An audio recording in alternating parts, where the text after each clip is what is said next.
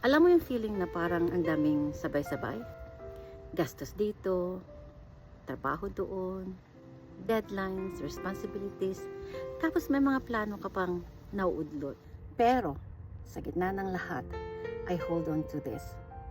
Matatagpuan sa Biblia sa libro ng Psalm chapter 16 verse 1. Keep me safe, O God, for I have come to you for refuge. Kahit ang daming unknown, I choose to trust Him. Sa verse 5 ng Psalm chapter 16, Lord, You alone are my inheritance, my cup of blessing. Kahit magulo ang paligid, God is still in control. Hawak niya ang future natin. Matatagpuan sa libro ng Psalm chapter 16, verse 8.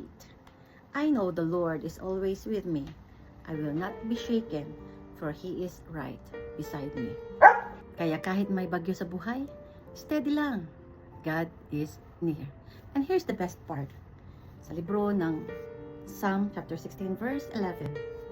You will show me the way of life, granting me the joy of your presence and the pleasures of living with you forever.